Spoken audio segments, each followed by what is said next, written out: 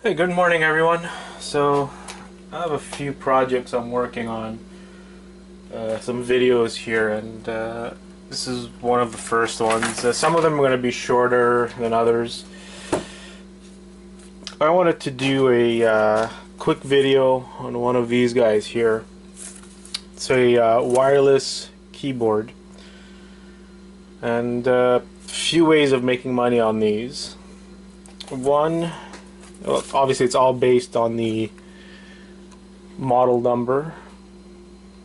So always check what your model number is. And these wireless keyboards, especially the name brands like HP and everything, they come with a little USB kind of dongle, let's call it.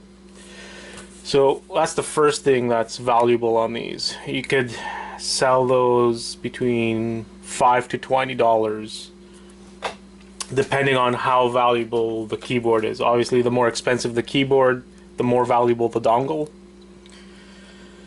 Another way to make money is the keys. On eBay, people sell either a whole bunch or one or two at a time. And not that you're gonna make a killing, but you might be able to make 50 cents to $1 per key that way. And they're pretty easy to pop out. Let's see here if I have something. Maybe a little flat screwdriver. So pretty much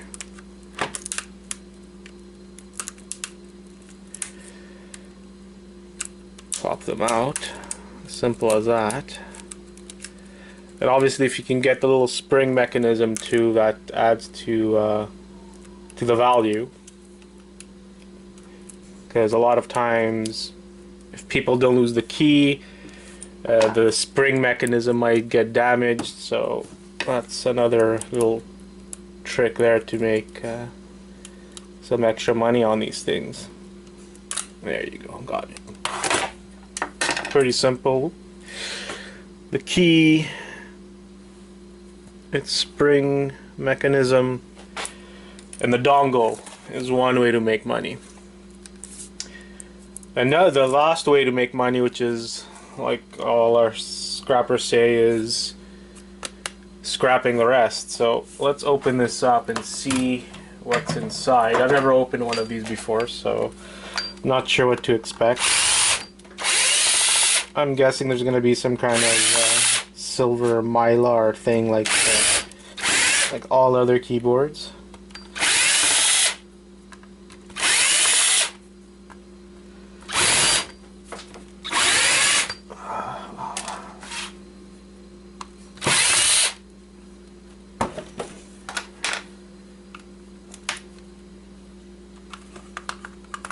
A few more screws and we'll be inside.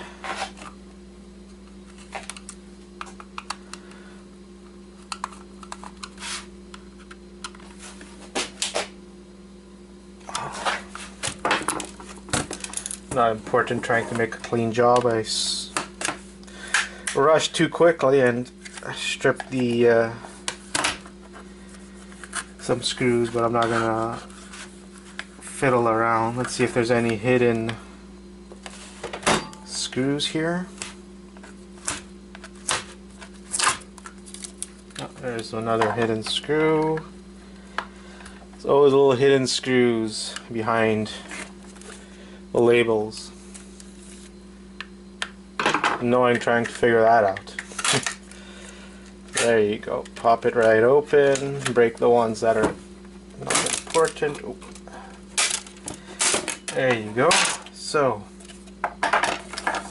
off the bat, this is the, I guess you can call it, it's the, not the power button, but the mouse option of the keyboard, where you click and stuff, and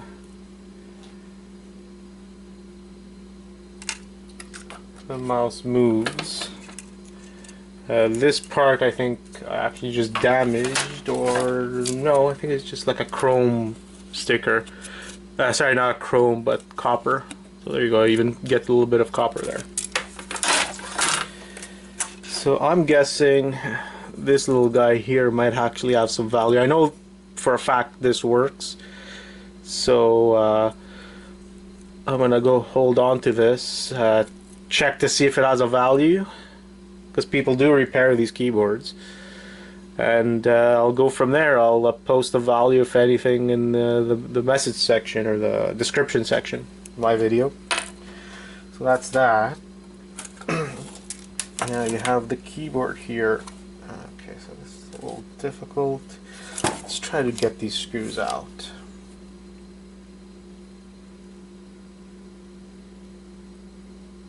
If not, I'm just gonna rip the keyboard apart.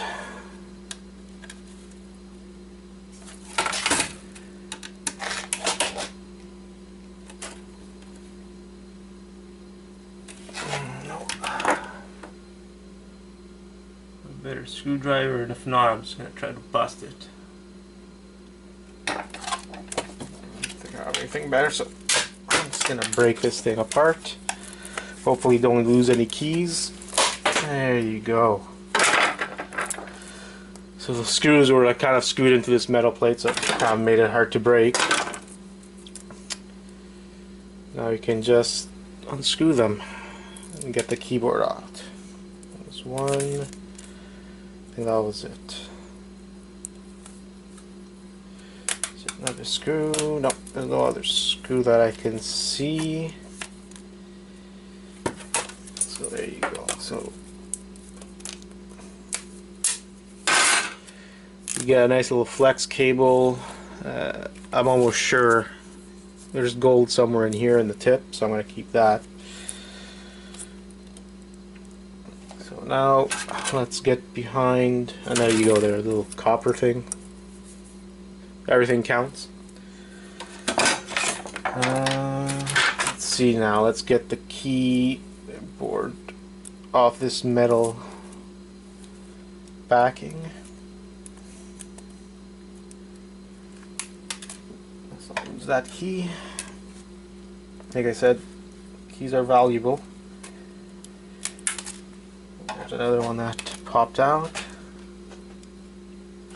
And you see, I kept the most important thing, the part number, or the model number, like that. You know how to list the keys and the dongle. Very important.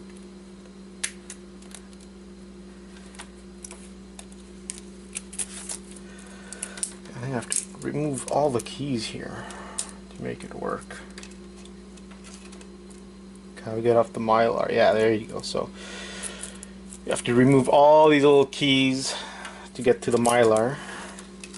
And from the part that I did just open and looked into, I noticed that indeed there is silver.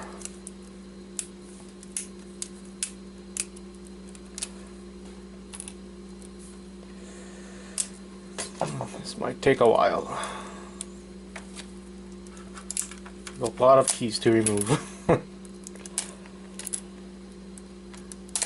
Try to get with the spring, but if you can't get the spring, it's not the end of the world, because the keys themselves, people lose the keys most of the time without damaging the spring. Not sure how they do that, but they do. So a broken keyboard like this could bring you, again, depending on the model and everything, could bring you a minimum of 20 bucks depending on the dongle, and then you have the value of the keys.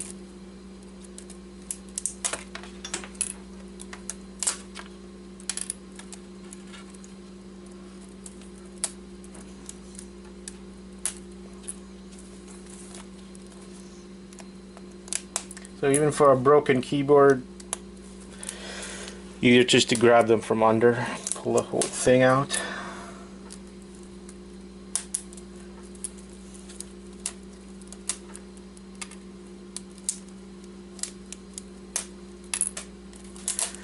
Almost there.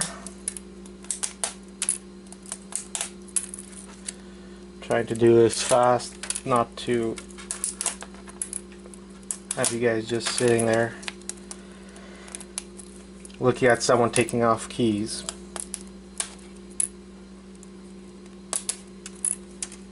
If I lose some of the springs, it's not the end of the world. You can still make money off the keys without the springs.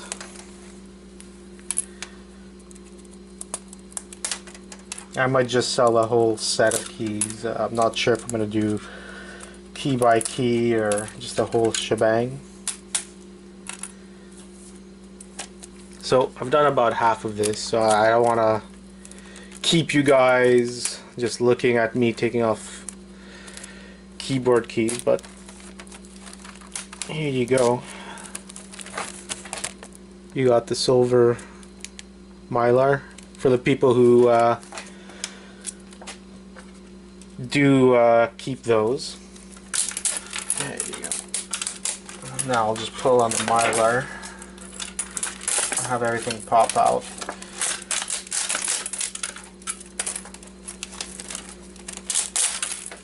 Alright, and let's see, this is probably a nice chunk of aluminum. Yeah, does not magnetize, so definitely silver. I wish. Definitely a piece of aluminum. And we got the mylar now, so what I see from here, there might be $10 worth of stuff in here. So for a broken keyboard that someone might have bought for 30 or 40 bucks, might be 10 bucks of value for, let's say, a scrapper slash reseller. So we got the silver mylar for the people who collect those. Nice hunk of aluminum. And you got a little bit of copper tape.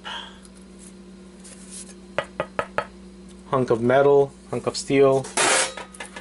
You got a little. This might have been maybe valuable for the spring thing, but I was too lazy to try to keep this. Even this might be valuable for someone who has a broken faceplate. Obviously the back plate is broken because I broke it, because I stripped the screws. You got your keys and this little board right here, which I'm really curious. So if this is not worth anything, you got a little, I guess, tiny peripheral board with some gold in here, obviously there. This little button connector definitely has some gold here in the tips. Piece of wire.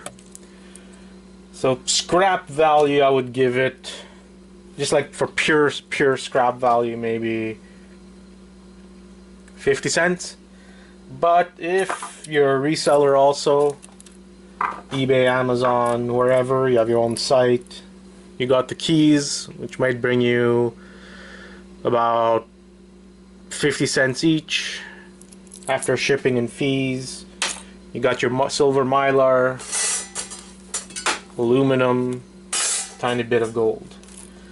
So also, before I forget, not only is there a dongle in here when you get these keyboards, which might be worth $10 or so. I don't have it. I ended up selling it a while ago. I've had this keyboard for a while. I ended up selling the dongle for about 10 bucks. But there's also the battery cover, and the battery cover itself might be worth a few dollars, just because, you know, people lose them and want to replace them. I'm one of those people that it's like an issue, something I can't get out of my head. When I know something's missing, I have to replace it. So a battery cover would definitely be something I would be buying. So that's it for this quick little video. Easy way to make a few dollars off of the keyboard. I would say this is perfect for any type of keyboard, laptop keyboard. The keys are valuable on those quite a bit, just because it's not nice to have a keyboard on a laptop with missing keys. I know it drives me crazy. I currently have a laptop like that, and I bought a full keyboard set. They're a full keyboard for my laptop, which I haven't changed yet, and I will. I just can't. It's just something I can't. If something's that incomplete, it bothers me. Missing battery doors, missing doors of any type, When you get into keys, keyboards, I can't. I have to change it. So that's it for this video. Like, subscribe, watch my other videos. I have plenty of videos, some helpful videos on how to make things work, and scrapping videos. So like, subscribe. If you have any comments or suggestions, let me know in the comment section. Thanks.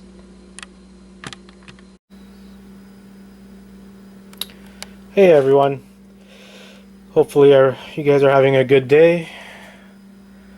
I'm having quite a busy day. I wanted to create a little video here. This is something I've always wanted to know. Some people have talked about it to a certain extent. I haven't found any real numbers to back anything up, so I wanted to make a little video here about how much gold you can expect, approximately, I guess, to get out of your, I guess, collection of gold scrap. I myself have about 6 pounds worth of stuff here. It's very fine stuff, so it's not like I'm going to process memory or RAM fingers or peripheral boards or anything like that are kind of bulky, that have a little bit of gold on it. I'm mostly doing little connectors like this, so I have more or less 6 pounds of stuff like this that I've been collecting for quite a while. I can't collect too much stuff, at least bulky stuff, just because I don't have the space for it. So I'm kind of trying to do this one on the down low, and two in a way that I don't take up much space. That's why unlike most scrappers, I don't hold on or keep to any steel or any really bulky pieces. I deal a lot with electronics and cables and stuff like that, so I get chips like this. Whenever I remove them and the well, I guess the ceramic top pops off, I put them on the side because the gold is accessible instead of, you know, incinerating them and getting all that stuff out. So I have quite a bit of stuff, like you guys can see here. So about 6 pounds of gold, plated stuff, sorry. And also I have some non-matching jewelry or earrings that, you know, my daughter has gone through, you know, daycare and school and whatnot. I was losing one earring, I've been collecting them, so I have all of these too. So I guess you can say I'm kind of cheating, but I don't think there'll be much here. They're all plated, so there can't be much gold on these. So I'm going to be sending this stuff to another YouTuber, Urban Miner. He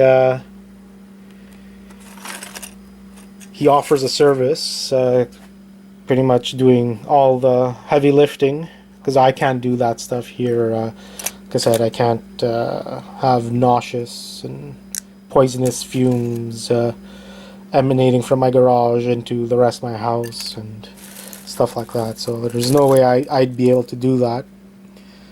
So I'm really curious to see how much 6 pounds of fine stuff like this would yield in gold. Really curious, and at least like that, you know, there'll be a video on YouTube that could kind of give you, I guess, an idea of what to expect when you're hoarding gold-plated material.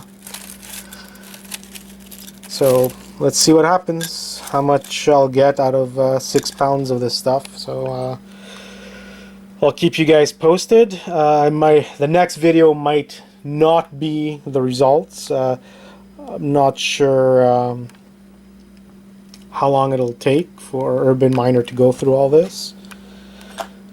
So hopefully he can do it quickly. If not, I'll have other videos that I'll be posting soon. Some other videos I've already recorded that I'll be putting up if I don't get the results from Urban Miner. And I also have a ginormous 70-inch TV that I'm going to take apart. Seems to be working, at least internally, but the screen is pretty much destroyed, and once the screen goes, never worth repairing.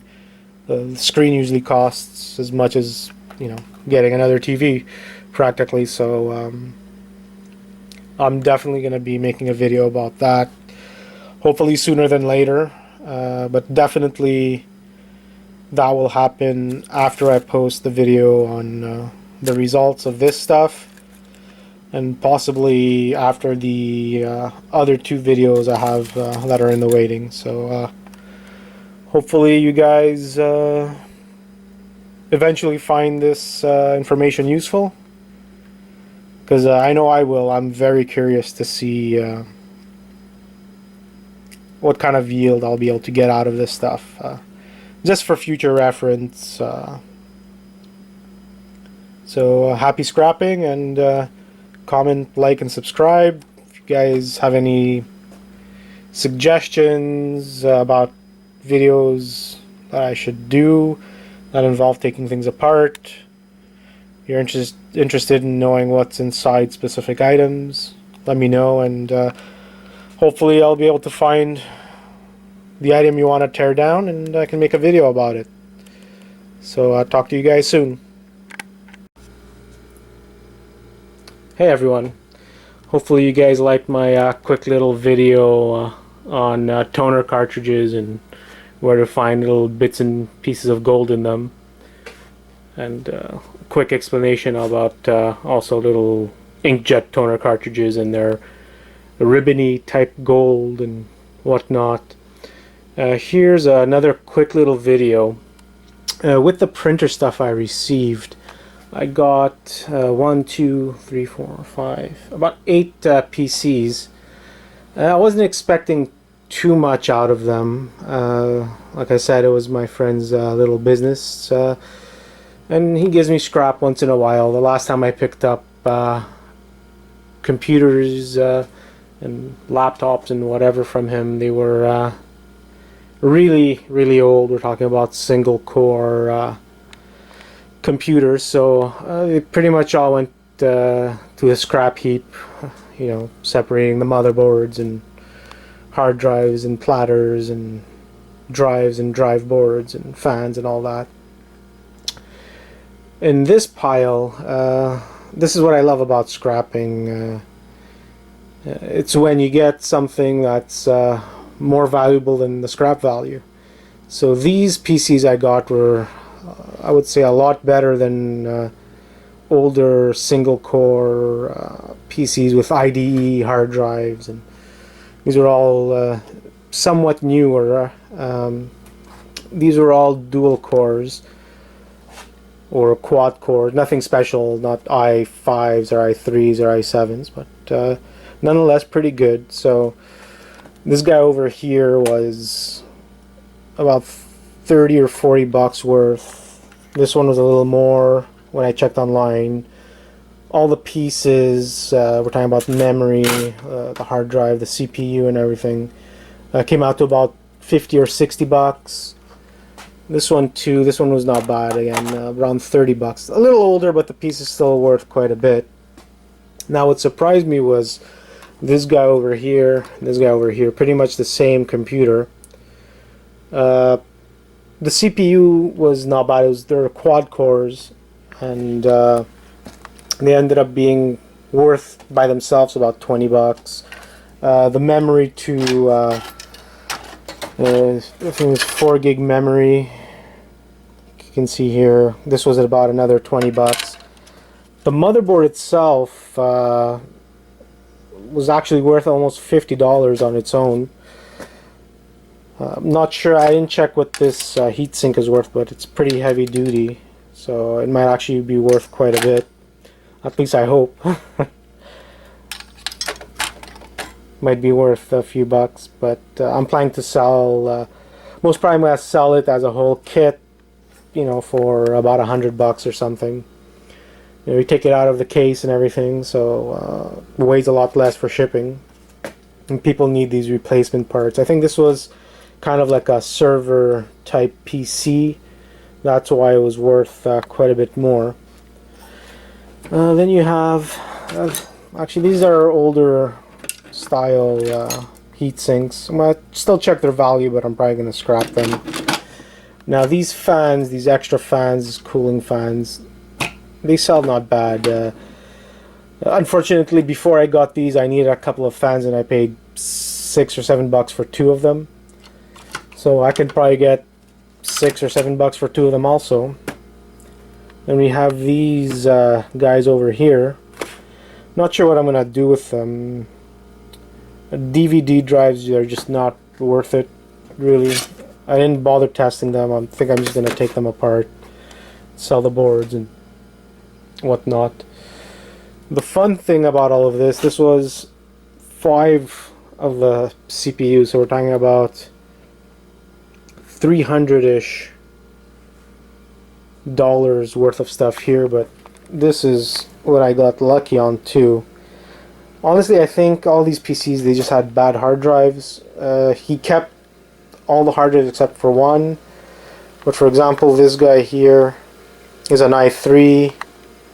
We have another i3 here, and this guy here is an i5. So as a PC, they're not, obviously they're not the most recent Intel chips, but they're still pretty good, better than dual cores or Core 2 duos and all that. What I'm planning to do with these, I'm actually gonna put in hard drives in them and sell them. I wouldn't be surprised if I get $100 each. So this whole pile of scrap that I got, not including toners and printers that I'm gonna scrap, just the hardware you see here, the PCs, I'm thinking I might get $600 just off this, and I got everything for free, and it's fantastic. And that doesn't include cable scrap and power supply scrap that I took out. Probably get another maybe $20 off of the, you know, scrapyard scrap, but just this stuff here, $600. So this is, scrapping is fun. You know, you take things apart, take out your frustration, you know, you make a few bucks. Whenever I go to the scrapyard, I make anywhere between $500 and $1,000 worth of scrap. I try to bring as much as I can. But this right here is what I enjoy, when you can make $600 and all you have to do is do a little bit of testing, unscrew some screws, and pretty much get all the stuff for free. So best place to sell this kind of stuff, at least the parts, would be on eBay. The systems, I'm going to try to sell them locally, because just the shipping is going to be a hassle to ship these. These little things here are pretty easy to ship. So if you guys have any comments or suggestions, feel free. I try to respond as soon as I can to messages. If you guys have any ideas about this stuff, wonderful, but well, I'm pretty much going to put this stuff on eBay, and hopefully, like I said, I'll make about $300 off of this stuff, and maybe another $300 off these PCs. Wish me luck, and once I do sell them, maybe I'll post a little video saying how much I ended up making out of all of this after fees and shipping. So hopefully you guys enjoy this video, and I'll talk to you guys soon. Hey everyone. Would have liked to have posted a video a lot sooner, but I got some free time, and I got some more scrap from from a friend of mine who runs a small little company. Got a bunch of computers and some printers, and I'm really curious to see what's inside those non-working computers, because some of them are somewhat recent i3 type processors in them. So I'm hoping to be able to maybe put them together and sell them. So instead of getting scrap money, maybe actually get some real money for fixing them up and selling them. So with the printers, I'm not sure if I included this part in my previous printer videos, but for people who collect gold for extracting and processing and whatnot, these toner cartridges, I guess similar to the inkjet toners, as seen on other videos on YouTube, the toner, sorry, not the toner, but the ink cartridges, they kind of have this little kind of flat kind of ribbon that has gold on it. Well, toner cartridges, most of the time they have little gold chips like that. You just have to find them, and for example on this one, it's on there. It's usually on the side somewhere, the toner. So just want to show you guys what these look like. So there you go. So pretty much toner cartridges have these little chips in them, and like you can see, there's definitely gold on them. I guess similar to a credit card chip. Gold on the back too. I don't know if you want to go through the hassle of removing this little IC chip, but IC chip too. So nice little piece of gold there for the refiners and the extractors and all that. I'm still working on my hoard of gold, where I'm gonna try to extract the gold myself from little bits of ribbons and everything. Collection has gotten a little bigger. I have some IC chips, some broken games. Look at, oop, I dropped that.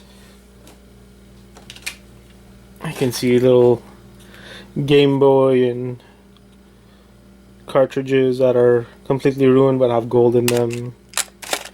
You know, so you have a bunch of these little chips from toners, and